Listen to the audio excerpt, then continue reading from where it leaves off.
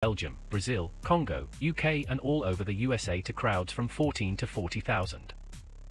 International leadership speaker, trainer and coach. Author of Learn to Raw Leadership, Attitude Hack, Live a More Excellent Life, 5 Battle Strategies of a Victorious Warrior. 2021 President's Lifetime Achievement Award recipient. Founding partner of the John Maxwell team. Toastmaster International Speech Competition semi-finalist. Founder of Tell It Like It Is TV, ThatGuyRocks.com and ThatGuySpeaks.com. Creator of Story Power TV, Transforming Grace TV, and Leading Leaders Podcast. Producer of 4 TV programs and podcasts for Liftable TV and World Trumpet Television as well as multiple social media channels. Please help me welcome J. Loren Norris.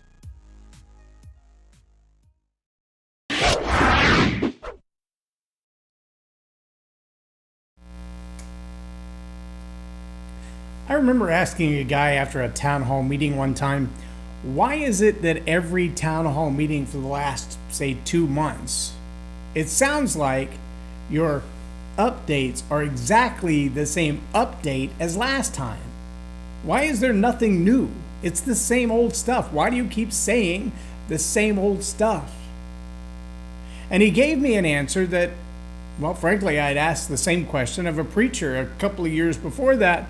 Why is it seems like you keep preaching the same messages over and over again? Both of them gave me the same answer. And I'm going to share that with those of you who are willing to stay through this entire podcast on leading leaders. Subscribe now for our extensive video library of leadership lessons promoting faith, family, and freedom.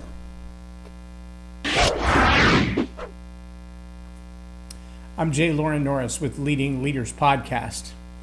And the answer that he gave me, it kind of struck me.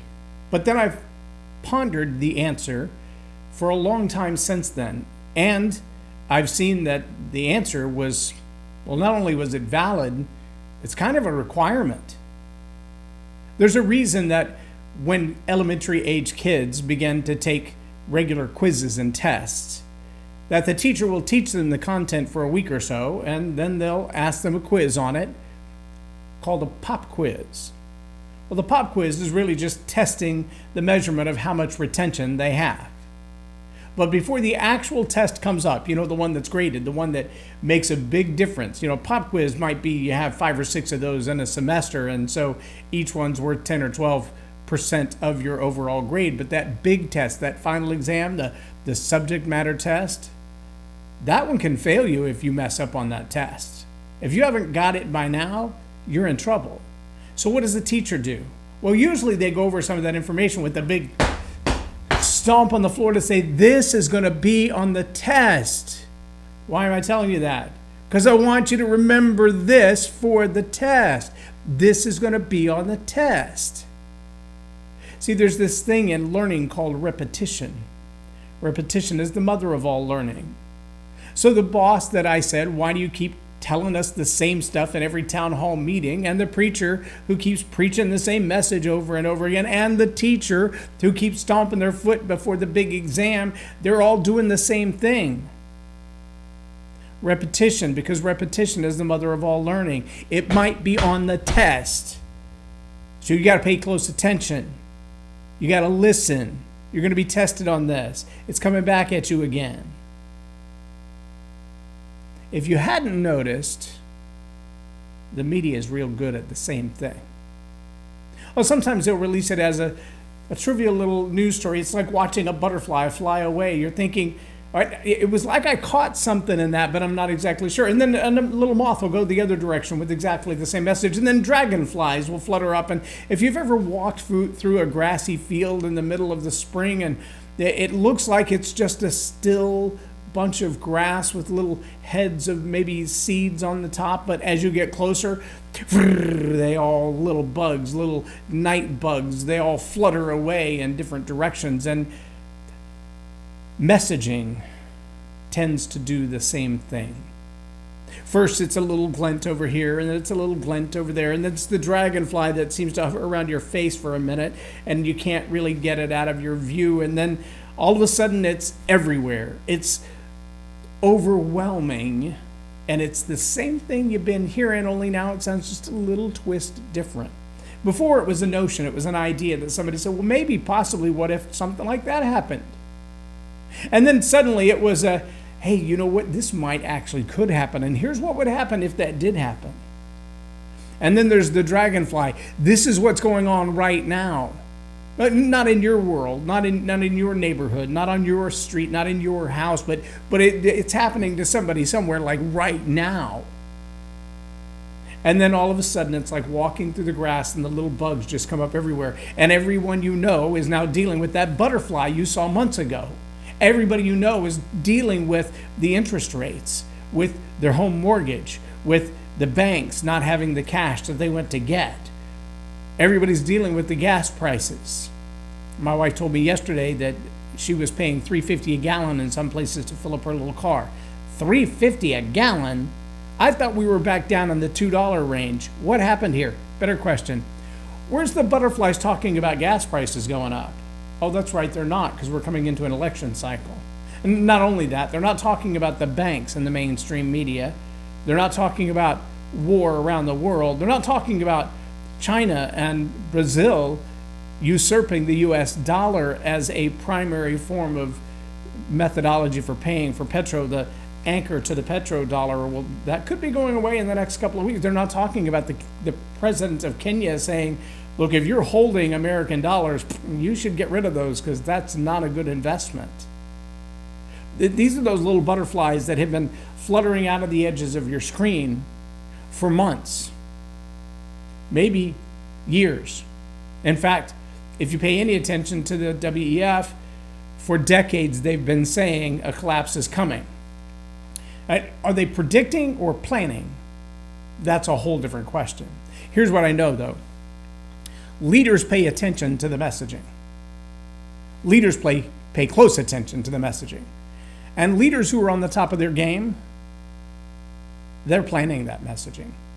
And sometimes that messaging doesn't sound like, meh, meh, meh, meh, meh, warning, warning, warning, warning. No, it sounds like, you should get your house in order. It's probably a good idea that you have a little cash reserves, and maybe not even just in local currency, but perhaps in, say, gold or real estate or something that's a little more tangible, something you can hold on to, something you can transfer or transact with should the day come that your local currency doesn't work. Those little messages, the butterflies flitting off the edge of the screen, those are early alerts.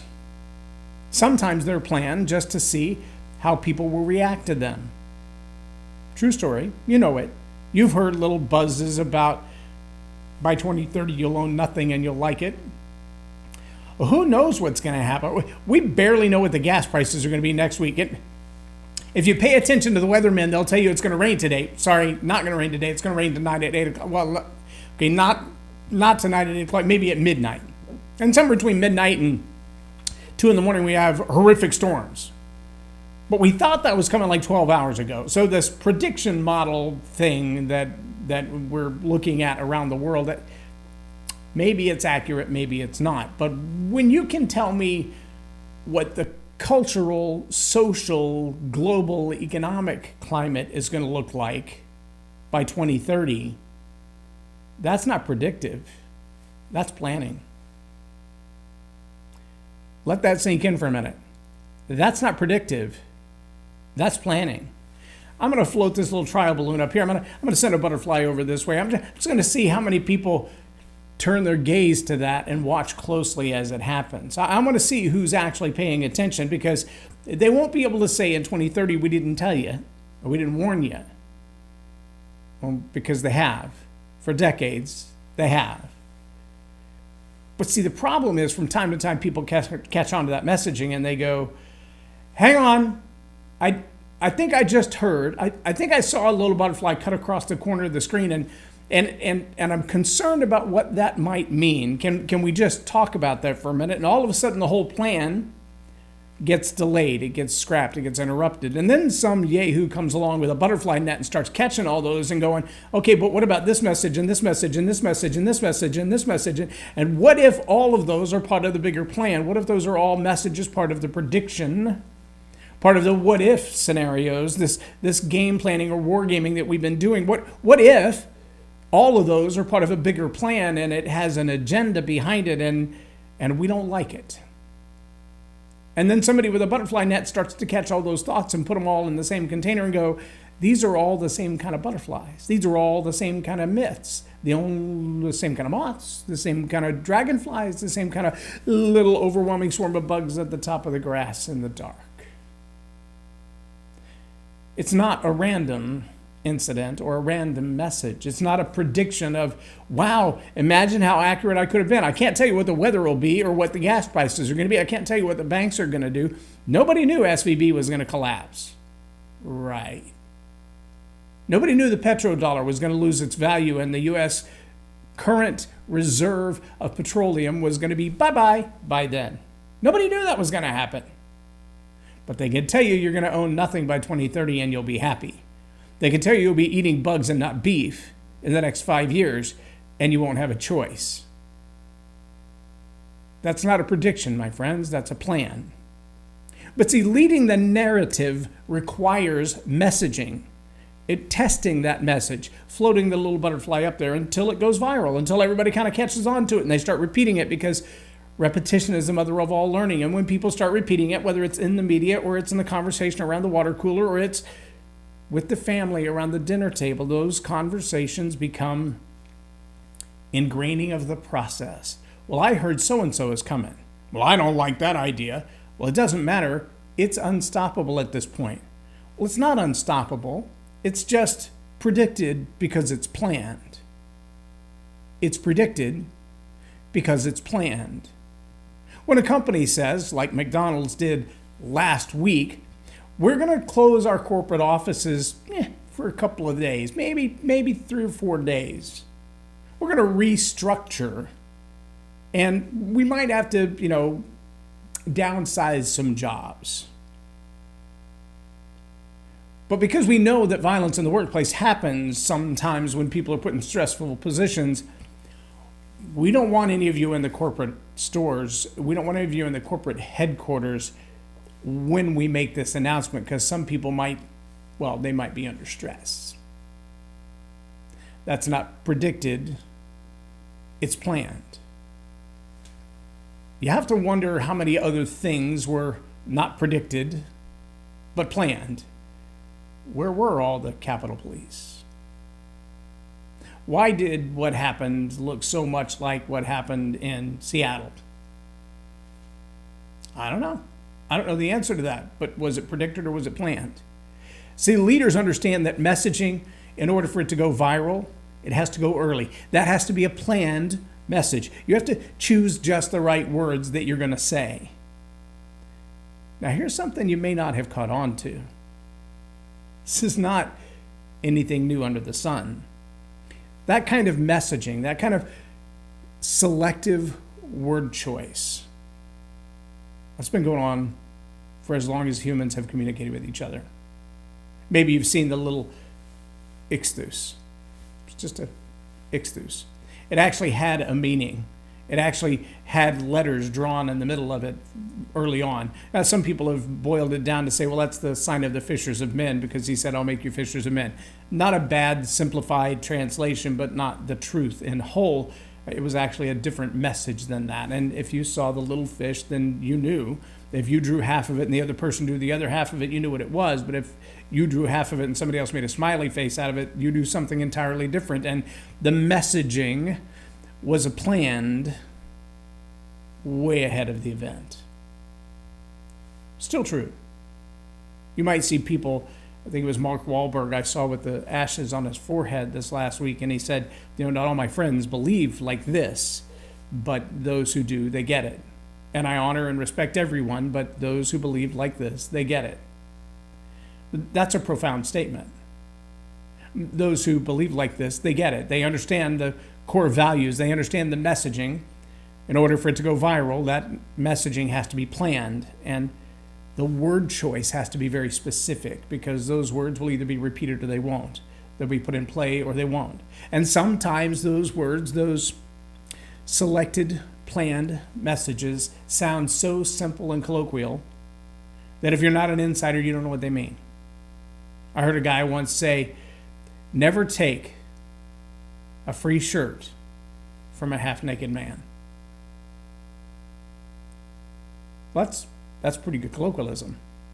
Hey, you might have to ask for a translation. In fact, 25 years from now, if you were to read that in a book, you might think, I hope this whole chapter explains what that statement means because I don't get it. But if you're from the old world, like 20 years ago, if you grew up in the country, you know what that means.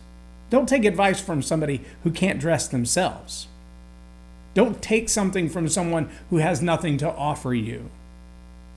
It's not just what you learn, as my mentor John Maxwell says, it's who you learn it from. The advice that you're taking, are you getting it from people who are intentionally dropping butterflies off the corner of the screen, making you wonder, what is this really about? Did I really just see that? Did I really just hear that phrase? Was that a planned, seeded message that's going to sprout later on? Is it going to become a dragonfly in my face that won't go away? Is it going to become a thought that becomes undeniable?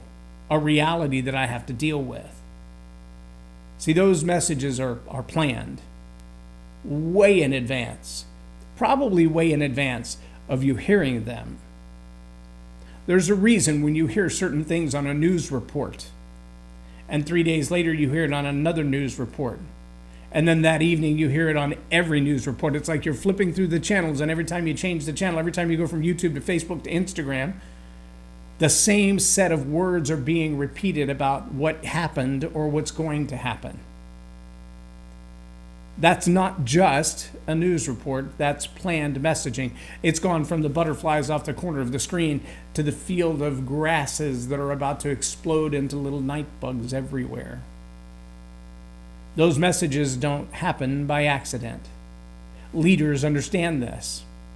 Leaders also know that in order to lead well, you're going to have your own little butterflies off the corner of the screen, like the preacher, like the corporate official, like the news guy, like the math teacher.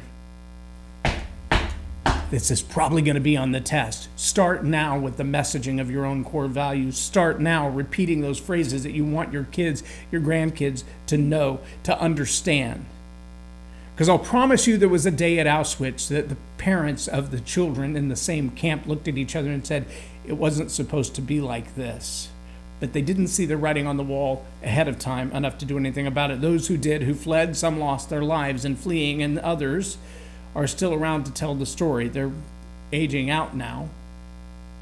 But that doesn't make the story any less true.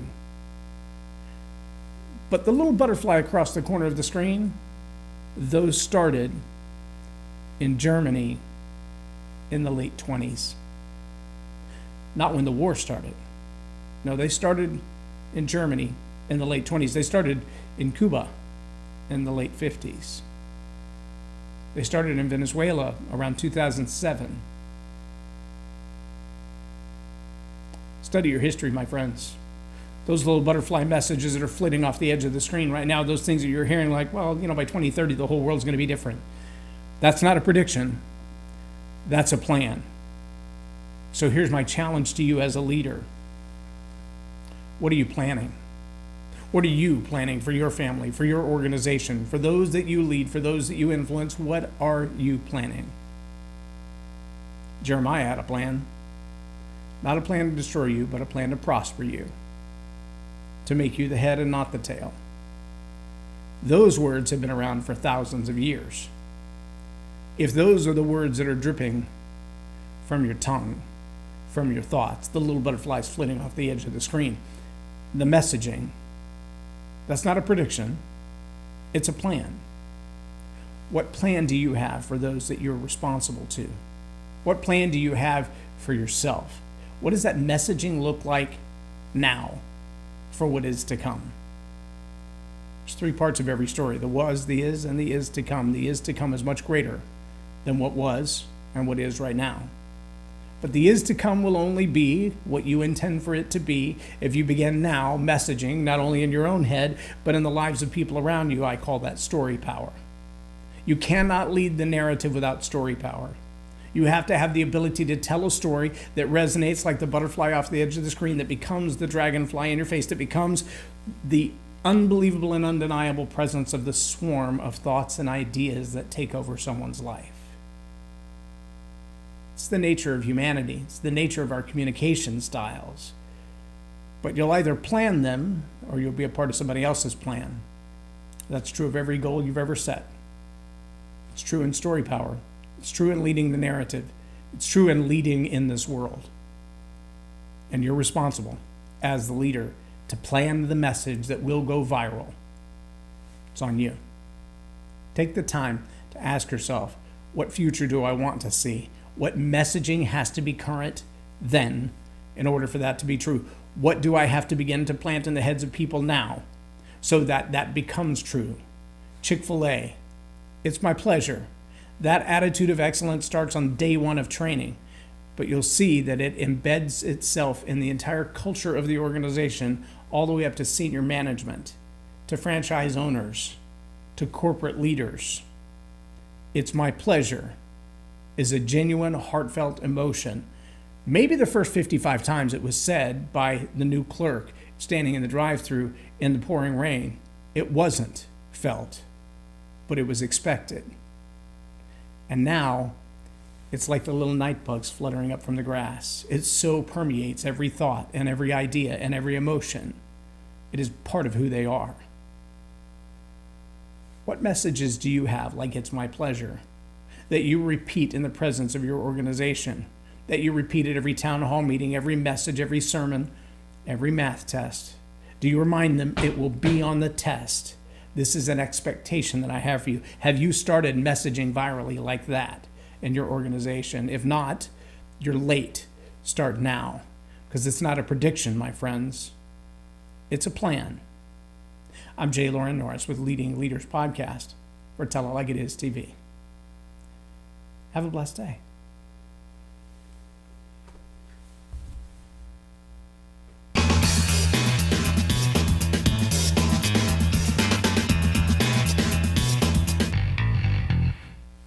Loren is a master teacher on storytelling, and I learned so much. I'm really going to have to sit down and go back through everything, and I think I might have to have some more coffees with Loren, but it was totally worth my time, and I really highly recommend it if you're looking to grow your ministry, grow your business, grow your career. Loren will serve you well.